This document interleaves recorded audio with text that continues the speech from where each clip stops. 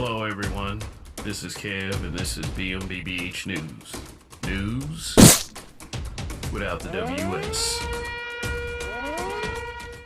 Now to a deadly fight at a Checkers that put an employee behind bars accused of shooting and killing a customer. He just faced a judge. The shooting happened late Wednesday night at the Checkers on US 192, right at the entrance of Old Town near Fun Spot in Kissimmee. Deputies say this man, 23-year-old Elijah Mackey, is the Checkers worker who shot and killed a customer over a food order. He showed no emotion during his first appearance this afternoon, charged with the murder of Wesley Robertson. The defendant will be held pursuant to Arthur at no bond that can be taken up with an appropriate motion with the division judge. The affidavit for arrest warrant gives details from two witnesses who were also at the Checkers Old Town in Kissimmee. They give similar accounts. One says in part, the customer began complaining about his order. A male employee came around the right side of the building and began an argument with the customer. The customer called the employee an expletive and the male employee pulled out a small handgun. The second witness said in part, the male was possibly asking for mayonnaise packets. Expletives were heard. The employee pulled out a gun and shot him. Nervous going through drive-thrus and going to these fast food places? Well, if we would have known that this shooting happened yesterday, I don't think we would have chosen this restaurant. So, yeah, unfortunately. Well, hopefully the employees are doing okay and they get some kind of trauma. Yeah, some kind of trauma treatment. I would say, because Florida is a stand your ground state, is to first recommend to the viewer watching that we should all wait till all of the facts come out. Even though these facts that we already have are pretty damning, to say the least. This was the same state where a man named Zimmerman pursued a 17-year-old who had Skittles and iced tea on him and shot him.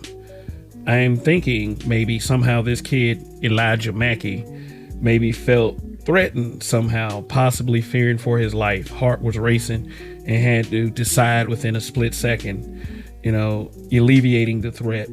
Also, this incident started with the victim, 51-year-old Wesley Robertson, arguing with a female employee at this Checkers. So Mackey could have felt he was protecting her. I would also encourage the viewer that we live in divisive times where you have onlookers who will exploit stories like these and make it about race. It's not a black thing. It's not a white thing. This is a people thing. Another altercation between two hostile people that ended very badly. Everything doesn't have to be about race. So keep your black fatigue narratives and shove them where the sun don't shine. So was this young man, Elijah Mackey, standing his ground in the state of Florida? Trayvon Martin's Florida? Well, according to witnesses, no, that doesn't seem to be the case. This unfortunately appears to be a case of words hurt. Mackey was so enraged at Robertson for calling him a pussy in front of a female to make it so bad. And no, being called a pussy does not need to end this poorly.